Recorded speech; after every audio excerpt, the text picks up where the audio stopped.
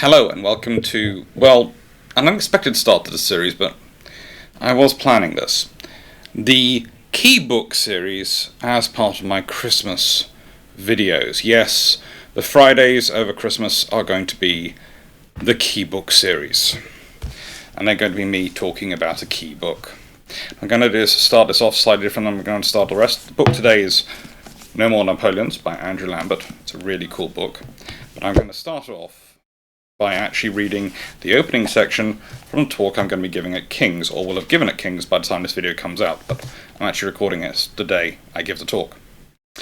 For such a vocal species, we suck at communication. In fact, it could be argued the more we talk, the worse it gets. Because talk without action can lead to surprise and shock when action actually happens. And the reason nothing happens earlier is due to the limited options available. Now, this will not be an argument for Mercedes-Benz style warship options, but it will make the case for more than first rates. Now, there's a reason I'm linking it back to first rates, and I'm starting off with that a bit of discussion and the rated area of history. It's partially down to this book. It's partially down to others on this thing, but a lot of my areas of study, I would say, especially in Naval, have been influenced, for good or for bad, by my supervising professor when I did my PhD, and that was Prof. Andrew Lambert. The Art of Victory, page 99 in this book. In 1815, British diplomacy would be assisted by the appalling behaviour of the Prussians in Paris.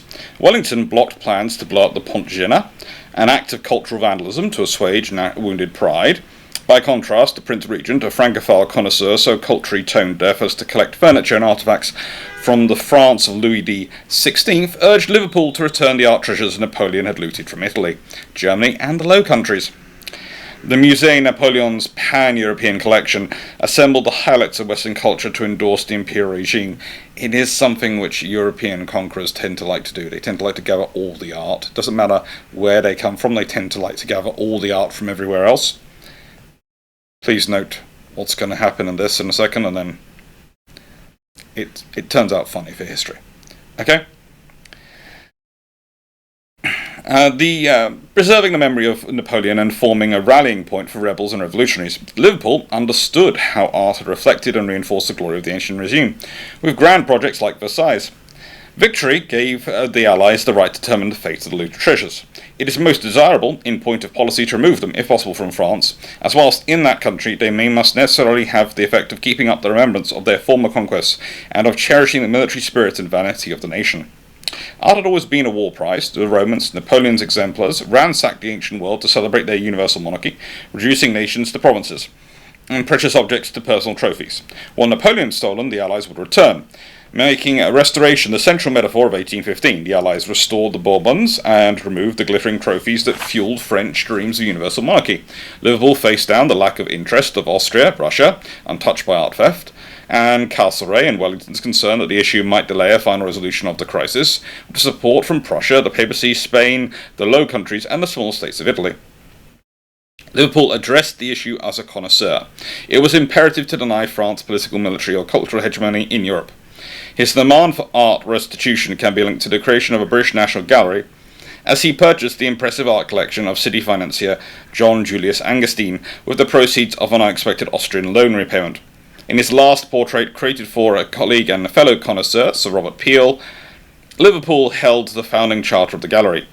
The new national collection rapidly achieved international status, attracting the support of J.M.W. Turner, the artist of Britishness, who donated the key pictures of his career to the institution, including the rise of the Carthaginian Empire of 1814, a fabulous allegory of sea power identity created to celebrate the victory of British sea power state over the Napoleonic imperialism.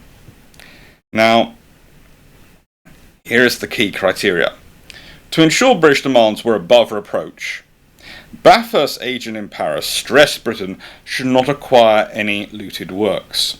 By exchange or purchase, it would throw an odium upon our exertions to restore stolen goods, and those French who are the most exasperated against the general measure of restitution already make use of this argument against our pretended disinterest, exertions in the case or cause of justice. The advice was heeded. British probity would be a valuable commodity in the upcoming Allied meetings. Now, of course, longer term, Britain is very, very good at making sure it gets its share of artwork. In fact, it does it a lot. It does it really a lot. And, well, the point is you are balancing diplomacy with national position and national status. You are trying to chart a course, and sometimes even imperfect people will chart the correct course with the right advice or the right balance. I would argue Wellington was making the wrong call on this and not valuing the art, because the thing is, art and history last a long time. Culture lasts a long time, and small issues like this can become massive grievances long term. They can become major problems. Where is art housed? Where does it belong? Who does it belong to? All these things. Even if it's bought properly, and that's the point, is even the British could have bought it properly. There were many countries who were quite happy to exchange the art for their loan, and as a balance against their loan repayments. They would have been quite happy to give the art away to get money off their loans.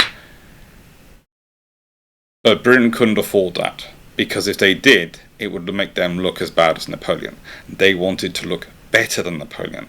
They wanted to look more... how do I put this? More statesman-like than Napoleon. They had to exercise probity. It's always an interesting scenario when the British do that. To be honest, for most nations, it's a tough one to get right, because your own people are calling for restitution. You have expended a lot of treasure, a lot of people. You've expended a lot of national effort and time on this war, on this cause. And, yeah. London is great, by the way. If you're hearing the horns in the background, London is great. Peter Travers are so polite up here. Now, this part brings about a recurring theme throughout this entire book. It's Chapter 7, Neutralising of the Scheldt.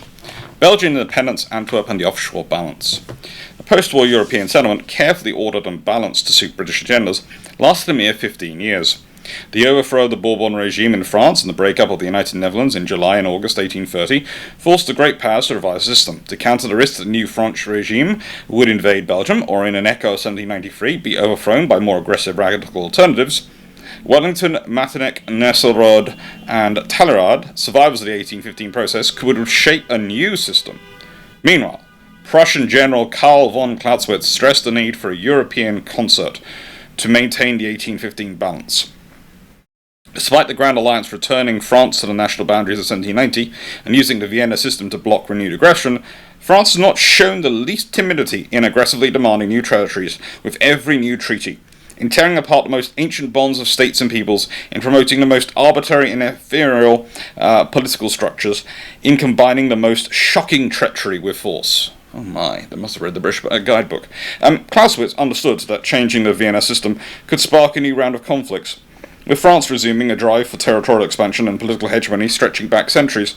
Furthermore, the Third Revolution of 1813, trying to revive a Polish state, challenged the hard-won balance of power in Eastern and Central Europe established in 1815, weakening the Eastern powers, encouraging France to act and potentially obliging Britain to return to the continent, which they didn't want to do. Clausewitz considered the 1815 settlement made Belgium an outwork of fortified Germany, one that provided a pied-à-terre of the English, if they wished to assist the troubled continent, which, as the military history of the last 150 years clearly shows, they have often done to outstanding effect. He stressed that France had consistently crossed Belgium to invade German states. Recovering Belgium would only revive French appetites for so-called natural frontiers, from the Rhine to the Elbe. Now, the thing about natural frontiers is there's quite a lot of countries which are often interested in them because they provide natural choke points which allow you to more easily defend your nation. So, for example, some people will talk about in the context of Russia, they talk about them pursuing natural frontiers. They might talk about it in the context of France or Germany or China, looking for natural frontiers. Things like mountain ranges, rivers. If you're Britain and America, you usually have large bodies of water. Admittedly, America does also have Canada to its north and Mexico to its south, but in a nice way, again, if you look at the borderline, they are on fairly natural frontiers, apart from the bit, of course, which is agreed with the British, which you then find a nice straight line, because the British are... You can always tell what a British Empire's been in the world. There are straight lines on maps. I'm not saying the British map makers were slightly obsessive with their straight lines, but they did go... Right angle triangle. Egypt!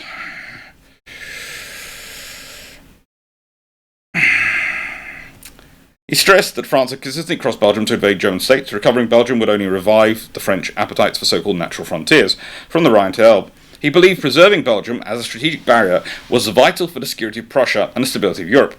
Any change in the European state system would reward French aggression and risk Germany's future.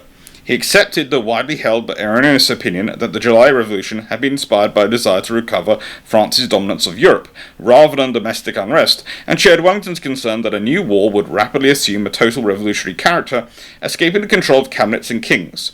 Belgian independence, a Polish revolt, and Italian nationalism appeared closely aligned with French radicalism, and French ambition, other German strategists concluded, that if France recovered the Rhineland, Belgium would no longer be independent. A Belgian revolt began in Brussels in late August 1830. Antwerp did not join until late October, exposing divisions within the province that altered London's perception of events. Even those who favoured Belgian independence were uneasy about the prospect of Antwerp belonging to a state incapable of defending itself. This explains why the Dutch garrison was allowed to remain so long in unchallenged occupation of the fortress.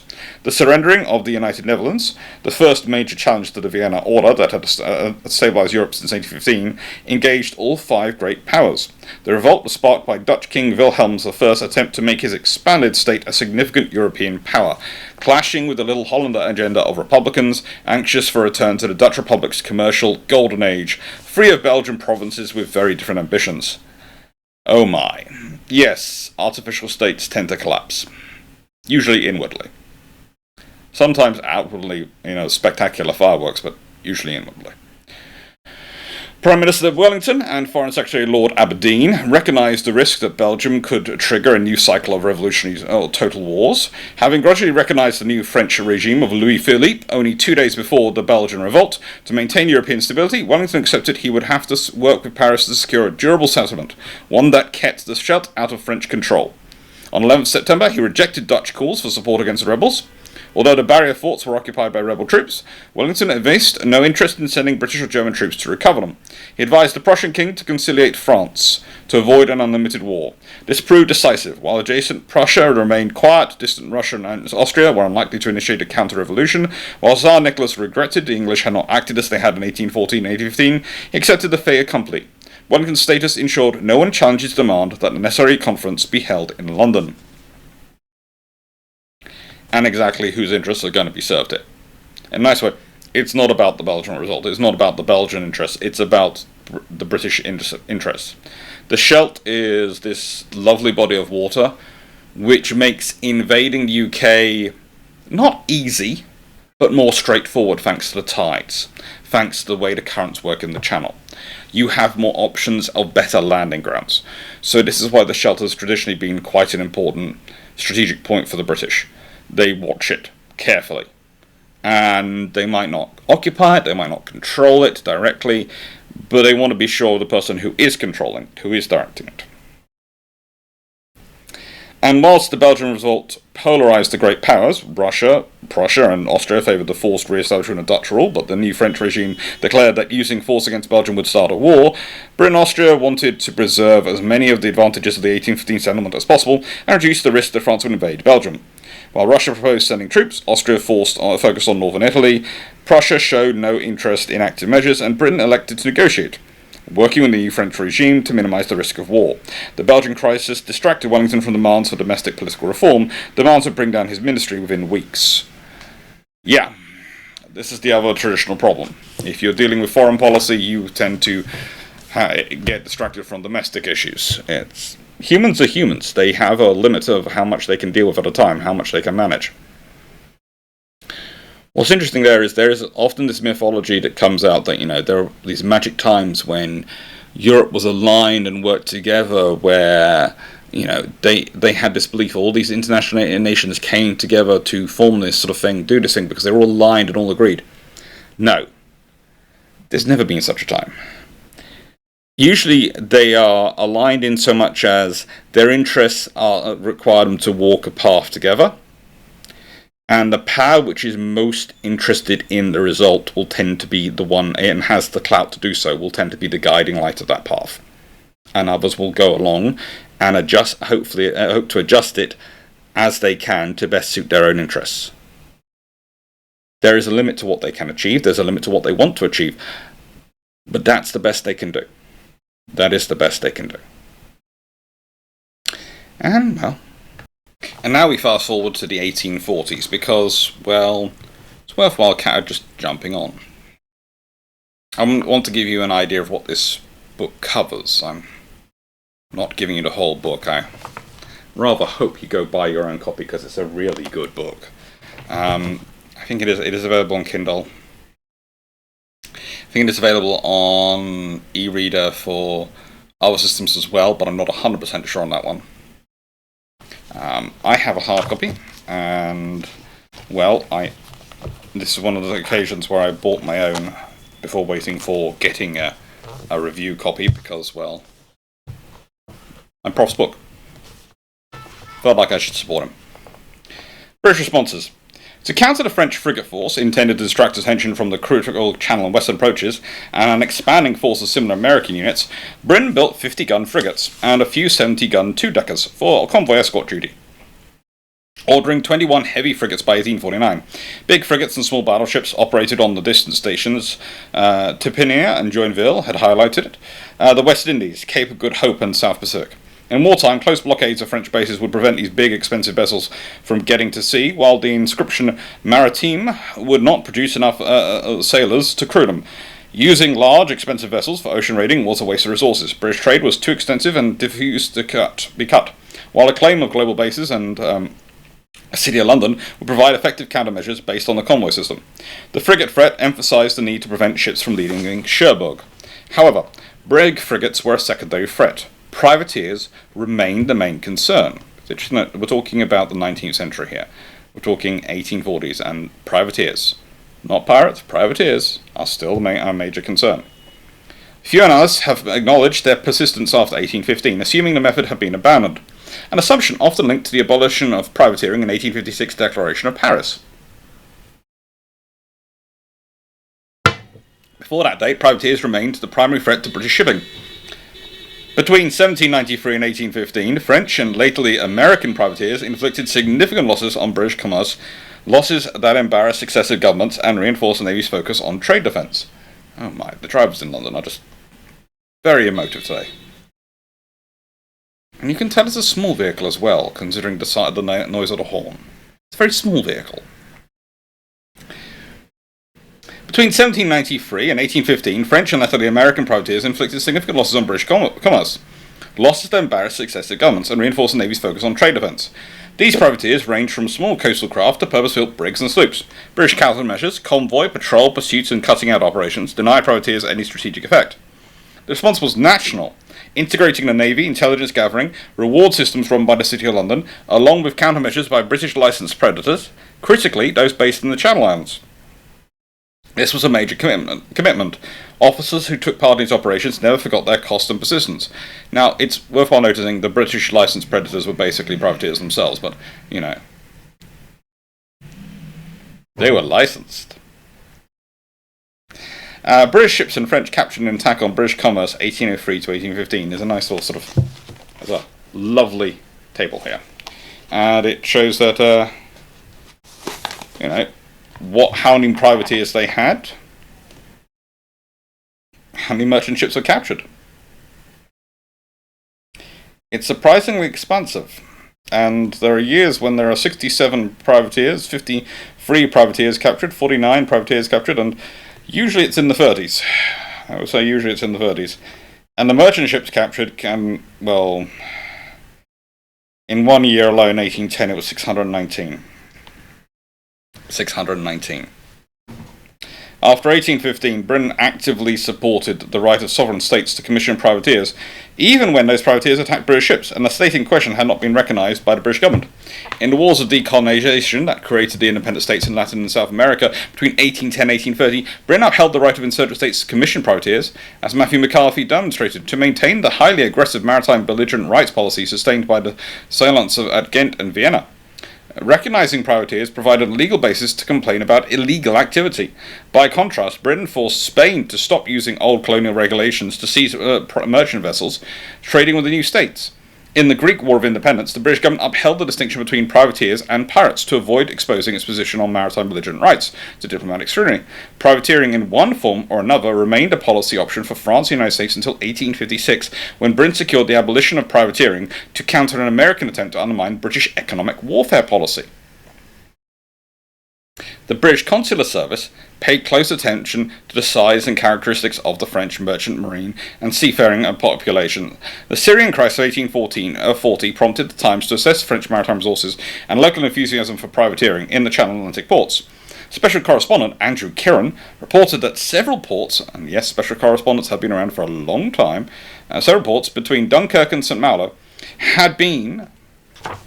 were being improved, acquiring floating basins to accommodate steamers. None of these ports, with the obvious exception of Cherbourg, was large enough to support an invasion fleet or even a substantial raiding force, but privateers could be extemporized from local sail and steam vessels. He recorded the size and horsepower of French merchant steamers, along with their dependence on British coal and British engineers. These reports influenced the harbours of refuge commissions of the 1840s, which provided secure anchorages for merchant ships, convoys and British war steamers. When Admiral Sir James Dean Dundas, lately First Sea Lord, declared in 1852 the Royal Navy could blockade all the French Channel harbours, he was referring to a real privateer threat, not an imagined invasion. He knew France could not challenge British sea control, let alone mount an invasion. Recognising it was impossible to prevent all maritime losses or adverse publicity they generated, the Admiralty acted. Privateers. It's a fun bit of history. It is a fun bit of history. And it's worthwhile remembering because it's something which we too often forgot, and forget. It's so often we sort of go, right, this is this historical period, this is the period of piracy, and then it magically disappears on the state. It doesn't. Privateering doesn't disappear just magically on a certain date. It still hangs around. And it's one of those, I wouldn't say fallacies, I'd say comforts of history that sometimes people read back to, that what happened in an earlier time. It doesn't happen until today. And happened then, it doesn't happen now. That happened then, it didn't happen later. It wouldn't happen now. And the reality of history is a lot more complicated than that. The reality of history is that these things carry on.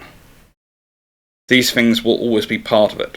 Whether we like them to be or not, they're always part of it. Because let's be honest about privateering. It's a very cheap way for the state to exercise naval power. A very cheap way for the state to exercise naval power. Because the costs of it are borne by the private purse, not the public purse. It's basically private individuals putting out the money. And the risks are therefore borne by them. Now, you can say some risks are borne by the government because they can't control these assets. They don't know what they're armed with. They don't know they're competing for crew with them paying high bounties to try and get crews for their own warships, all these things which can cause them trouble. But in return, it doesn't cost them money. So they can focus their money on, let's say, their army or another part of their forces. The point is, just because privateering isn't part of our current discussion, doesn't mean it still isn't an option. I mean, you only have to look at the issues with the Somalian pirates and how many nations were honestly looking at the idea of, can we hire companies to provide escort ships in certain areas where we don't have the budget to send a warship? How much will it cost? Is it legal? That's the history. But we're going to be jumping on in the book now a bit more. We've now jumped to 1858. Specifically, Chapter 12, The Denouement, Cherbourg, 1858. The looming presence of Cherbourg, the emerging threat posed by an immense, heavily defended naval base within 60 miles of Portsmouth, focused the minds of British defence leaders, statesmen and sovereigns. Those anxieties briefly reached a level of hysteria in the summer of 1858. Louis Napoleon celebrated the completion of the project by inviting Queen Victoria, British statesmen, and warships to an imperial jamboree. Oh, that sounds lovely, doesn't it? An imperial jamboree. Exploiting the friction of Franco-British Entente. The Imperial Festival should be seen as a peacetime version of his uncle's naval events at Antwerp and Cherbourg, using massive engineering, rising naval power, and French success to enhance imperial prestige and secure British support for French agendas. The ensemble on display, an immense artificial harbour, mass shore defences, a new railway link to Paris, and an impressive battle squadron constituted a standing menace to Britain, seemingly purpose-built to leverage British concessions, persuading London to support or at worst remain neutral in any new French conflict. Napoleon hoped to surpass his uncle without the need for war. This is rather silly, and this should have been the first lesson for, I don't know, certain people like Kaiser Wilhelm, etc. Someone had tried this. They had tried the risk fleet strategy. I said risk street, didn't I? Risk fleet strategy against the British before. Louis Napoleon. Cherbourg. It hadn't really worked. No, let me rephrase that. It hadn't worked at all. It caused the British to get scared, which meant they then reacted by building a lot of ships, and a lot of other things.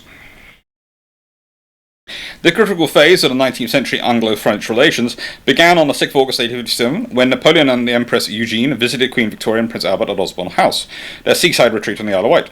The location was significant, a discreet venue away from the crowds of London with a commanding view over Spithead and Portsmouth.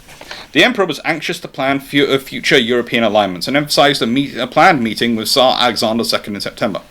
He hoped this scarcely veiled threat to negotiate with another great power to secure French expansion would tempt the British to closer cooperation with France. Two men also discussed the Danubian Principalities question, on which Britain and France were diametrically opposed and Russia an interested party. The grand staircase was dominated by William Dicey's emphatic sea power fresco, Neptune resigning the empire of the seas to Britannia, an image chosen by Victoria.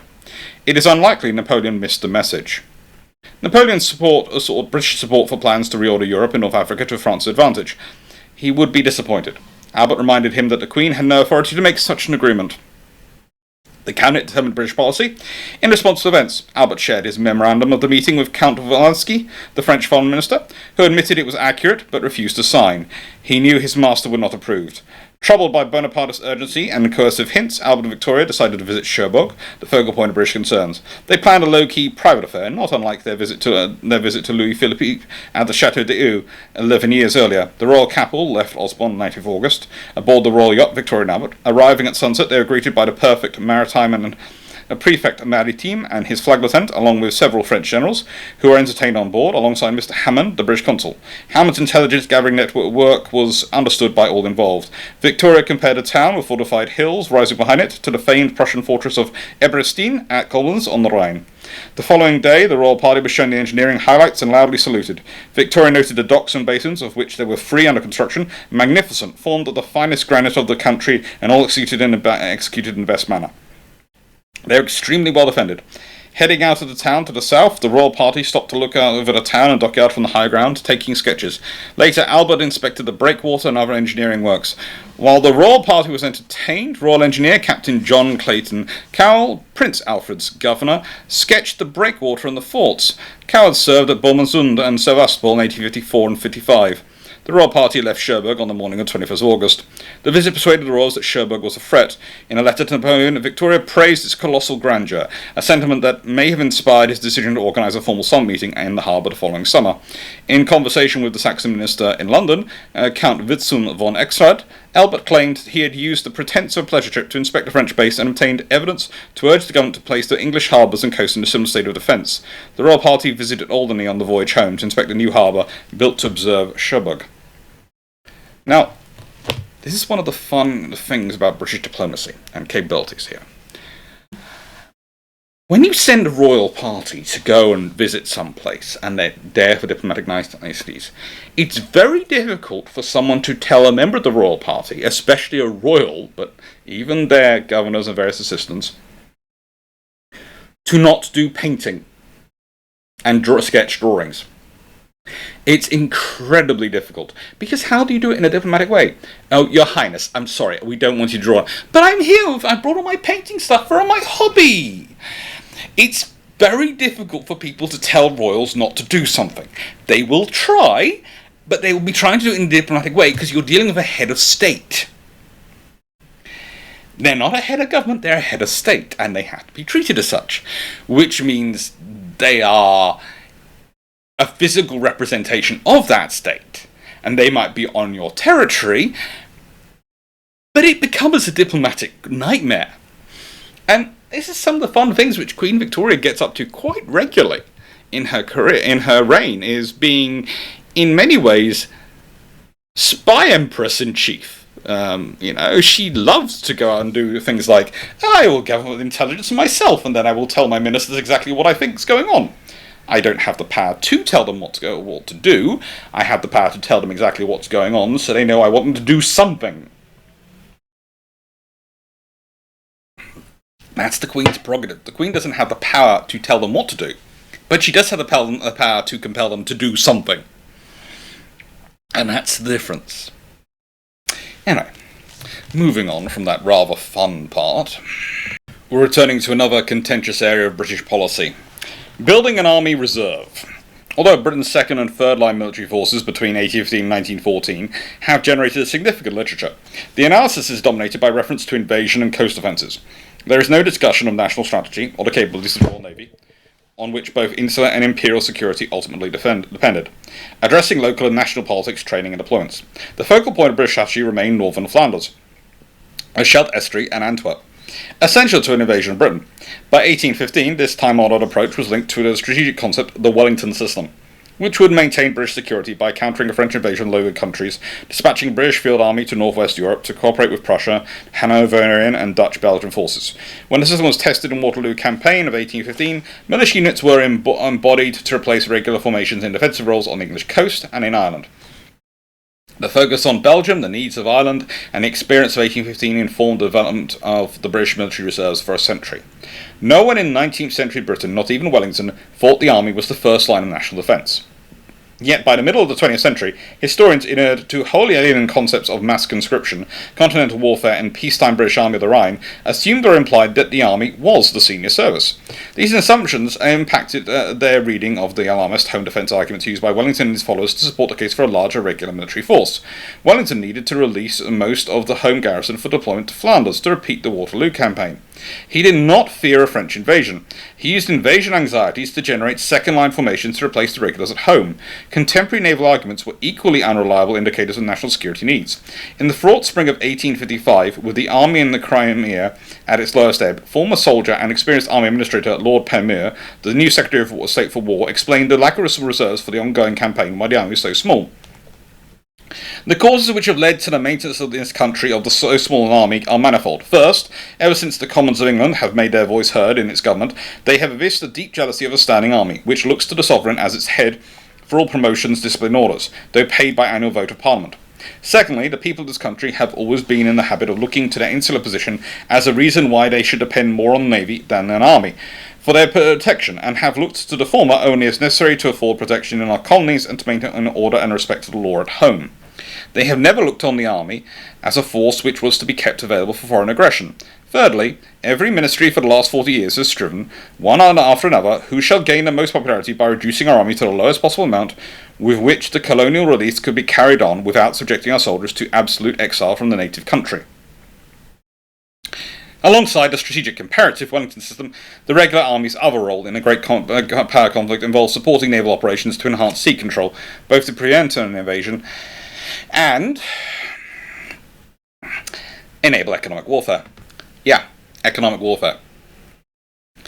The strategy for such campaigns, demonstrated at Copenhagen and Wagram in 1807 and 1809, were repeated in 1854, Britain's first great power conflict since 1815.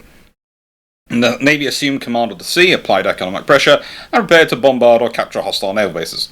When a defensive Franco-British army was no longer required in Bulgaria, the First Lord of the Admiralty persuaded the Cabinet that it should conduct a grand raid on the Crimea to destroy the Russian naval base at Sevastopol. Its offensive posture, shaped by offshore balancing, emphasised the need for reserves to replace irregular units in Britain and provide trained men to replace the losses in regular units.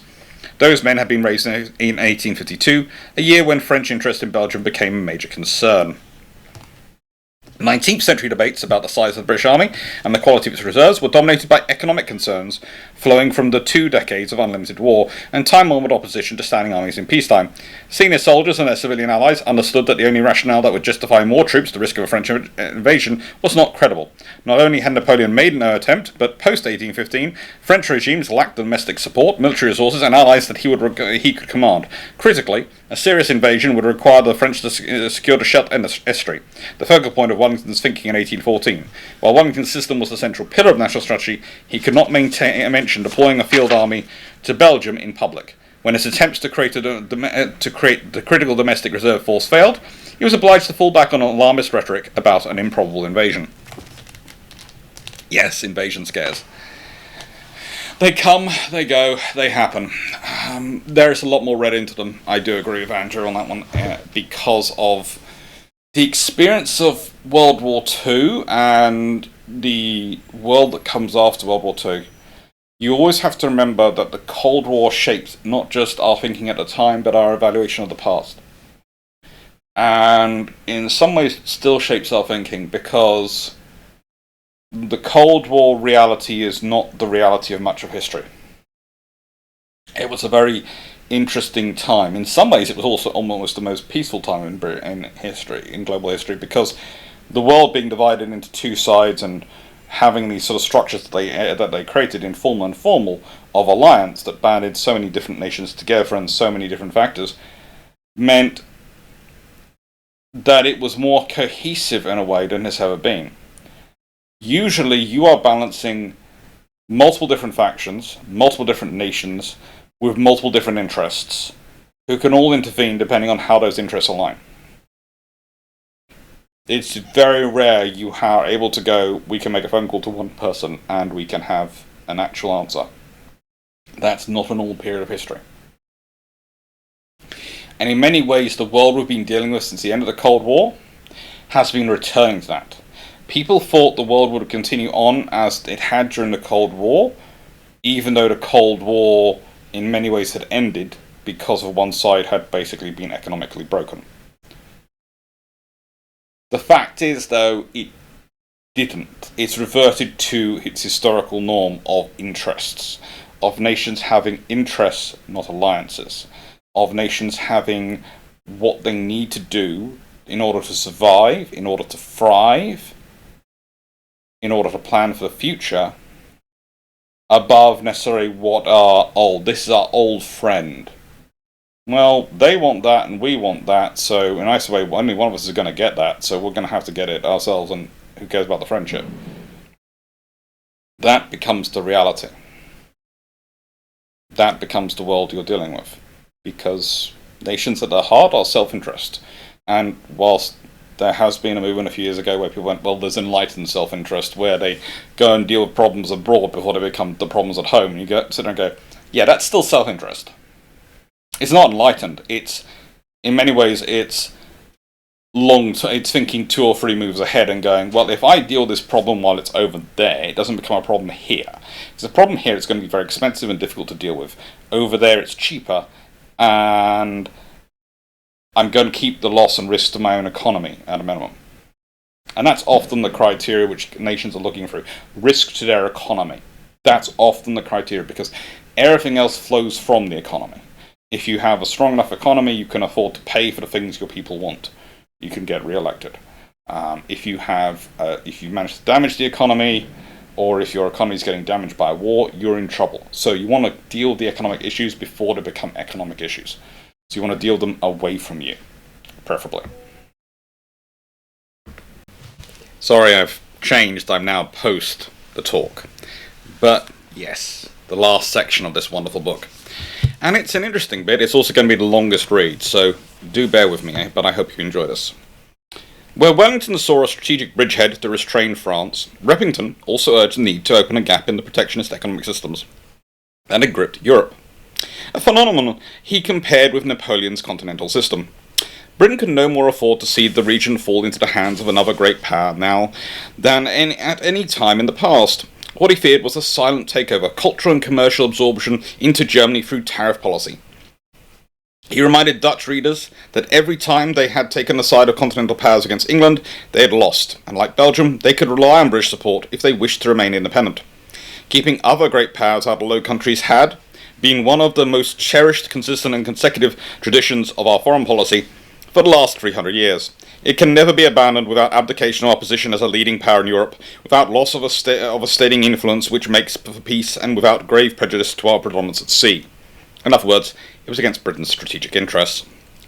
He warned the Low Countries that if they were blockaded by Britain, grass would once more grow in the streets of Antwerp and Amsterdam, paraphrasing Mahan's The Influence of Sea Upon History. Well, sea power upon history. He noted that Castlereagh and Wellington kept the Low Countries out of the Prussian-led Germanic Confederation to preserve the balance of power and the security of British Isles. The idea that Belgium would be an Anglo-German bridgehead against France had reappeared after 1831, although the new nation had to maintain good relations with Paris.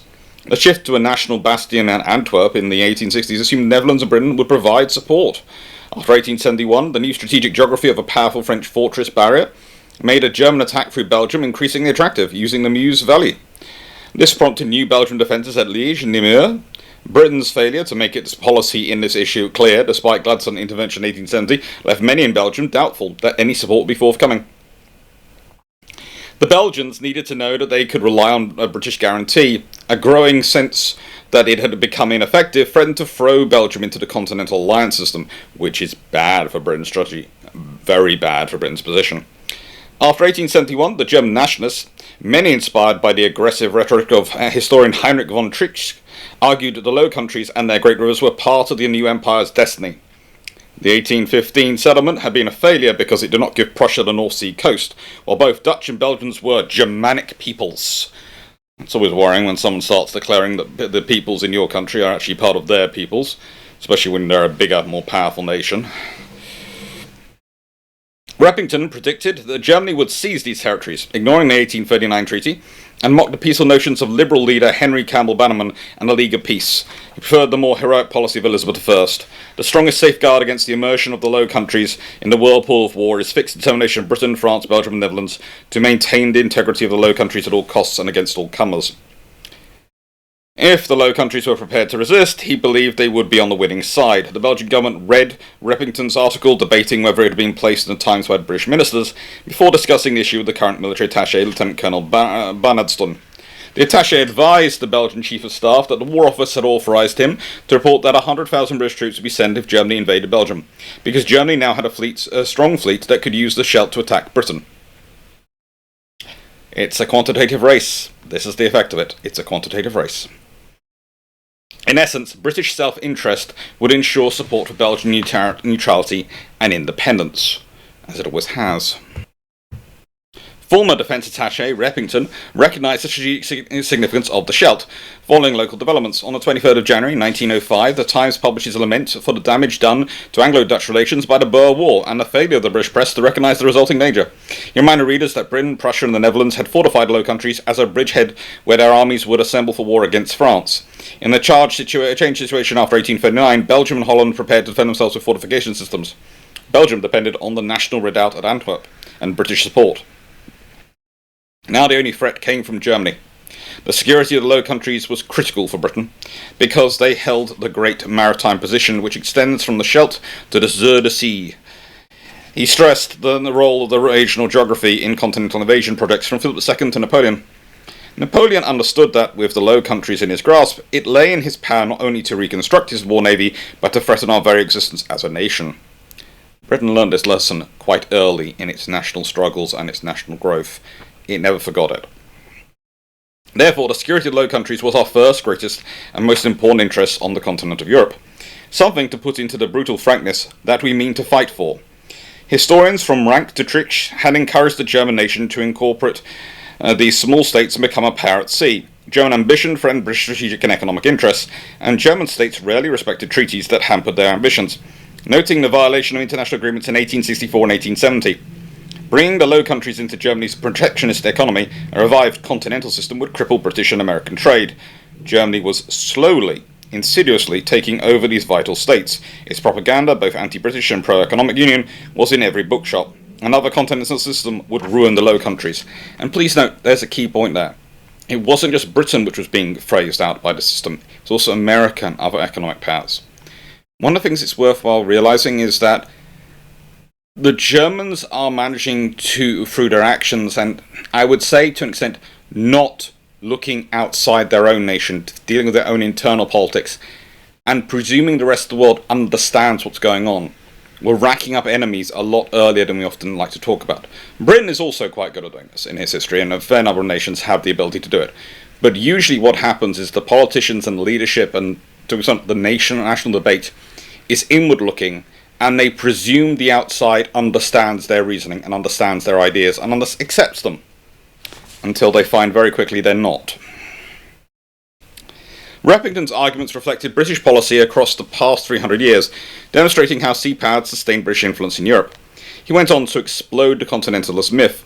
The idea that even the defeat of a continental ally on land would compel Britain to make peace is one of the most puerile delusions ever entertained by a people who would consider themselves serious. It would be precisely such a defeat that would compel us, as of old, to continue the war until the aggressive power had loosed its hold. He had reversed his position by 1907, advocating a major military build-up as the only solution to German threat, condemning the maritime amphibious strategies of Julian Corbett and Admiral Fisher as rubbish. Under modern conditions, Repington thought the valley of the River Meuse, the main road and rail artillery between Berlin and Paris, would be the key strategic sector in a future war, calling on Belgium to mobilise enough military manpower to defend itself to secure support by Britain and France. Although the Meuse Valley would witness the opening moves of the next war, neither the British government nor the army recognised the critical importance of the Belgian ports in any European war lasting more than 6 months. Under German control, they could thwart the economic blockade and cripple vital British maritime links. After 1900, a diplomatic revolution transformed British strategy. The threat of a French invasion from Cherbourg was replaced by German plans to resurrect the hegemonic empire of Charles V, reviving the Scheldt role as an invasion base. In 1897, Germany began building a battle fleet to fight the Royal Navy in the North Sea, as a diplomatic lever to keep Britain out of the next European conflict, limiting the impact of sea power on a military offensive through Belgium into France.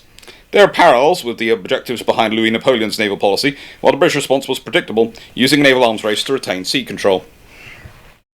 After the opening challenge to Anglo-French solidarity, the first Moroccan crisis of 1905-06 had cooled, the Royal Navy reconsidered the basis of national strategy. Captain Edmund Slade, a very critical person to look up if you're ever interested in looking up someone from this period, look up Slade. Director of the Naval War Course, the strategy think tank for Admiral Sir John Fisher's Admiralty, which included civilian expert Julian Corbett, considered using British military assets released from the Indian frontier to develop a maritime strategy to support France. Whilst the Russian ally recovered from a humiliating defeat and internal unrest, they soon identified the one location where a small British amphibious force could make a real difference. Slade argued that if Germany violated Belgian neutrality, as most assumed it would, a British amphibious force should secure Antwerp, blocking German access to the Belgian coast, a core British interest and threatening the right flank of a German invasion of France. This would do more to assist France, I think, than anything else, as thereby Germany would have to keep a very large force immobilised in these littoral provinces in the case of a descent on their coasts. I should like to discuss this with you. P.S. I may say the army objects. The discussion progressed, involving Captain George Ballard, one of the Navy's leading strategic thinkers, and by December the deployable army had grown to 100,000. The War Office claimed such operations would not have any effect on Germany, citing the failure of Baltic campaigns on the Crimean War 1854-56 to affect the distribution of Russian army as evidence for their contention. Slade confessed he did not know enough to discuss the case. However, in fact, Britain had deployed the main fleet to the Baltic in 1854 and 1855, forcing the Russians to retain 250,000 of their best troops on the Baltic coast, including the heavy cavalry, elite infantry and fortress artillery, while naval pressure on St. Petersburg brought Russia to accept Allied demands. Furthermore, the conflict was a compelling example of maritime projectile strategy, the British army being deployed to destroy the Russian naval base and fleet at Sebastopol. With the army refusing to consider a Crimean or Wellingtonian strategy, Slade advised Corbett, I think it would certainly be advisable to put in something about the possibility of influencing land operations by the action of sea power.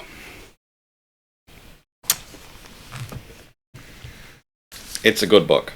No More Napoleons by Andrew Lambert. It's a worthwhile read. And it's a compelling subject when you think about the development of strategy and how these things work together. How you have to build something which does work together. How do you have to have joined up thinking? there are many times in history where you don't have joined-up thinking, and that's usually where you have problems. I would argue Britain was having a good discussion in the 1890s and on into the 1900s, but they didn't have joined-up thinking. They are having a good debate, and they had lots of different ideas, but they didn't have joined-up thinking. And I'd say this has been actually a hallmark of many of the times Britain has done a major misstep, and it's also a trend, tend to be a joint sort of thing of other nations whenever they have a misstep. It's usually when they've stopped having joined-up thinking, where they've got all the different departments thinking in silos and not actually working together. They're not bringing it together. And usually a testament of them not bringing it together is when people are so wedded to their specific plans, they do not want to hear the plans of others. When you have people who are so passionate or committed to a course of action, they do not want to consider alternative courses. And the reality is, you might be right. Your course of action might be right. But you should listen to the other people, because you might be able to refine your course of action. You might be able to improve it. You might be able to add in things which are going to make it better from their plans. Because usually, when we're talking about a really good plan, a really good strategic concept which comes together, you're talking about an idea which has got many parents, which has many things being brought together to produce an end result, has used many different sets of expertise. Usually, that's the better option. And that being said, I normally finish videos with a question. And this one, I'd like you to think about the debates in the current day. The current political debates about procurement, about strategy, about plans. And I'd like you to look at the various nations involved, and I'd want you to ask yourself, are any nations doing proper joined-up thinking? Or are nations stuck in silos? Now, joined-up thinking does not mean you are all stuck in the same silo. Joined-up thinking means you're bringing the fruits of many silos together to produce a wonderful whole. In other words, joined-up thinking is like a bag of granola. It's got lots of different things in there. Well, at least the granola I have, I tend to have a fruit and nut mix, but we'll leave that to one side. It has lots of different things in it that have come together. Lots of ingredients. Lots of silos. That being said, thank you. I hope you enjoyed this video. Key books are going to be running through the Christmas period. They're not so much going to be a regular one as they are going to be one for the Christmas period to deal with Fridays on Christmas, and I hope you're going to enjoy them. There are also going to be a few other things coming up over the Christmas series. There is going to be, on the Mondays, are going to be comment response videos, and the Wednesdays are going to be 2 historians, hopefully.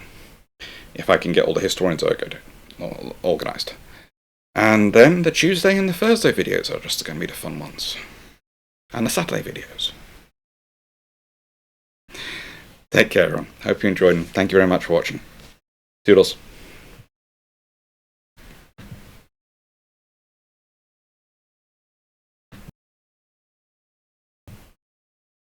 Oh, and before I go, if you like the video, please do like, share, and subscribe. It really does help the channel grow. Thank you.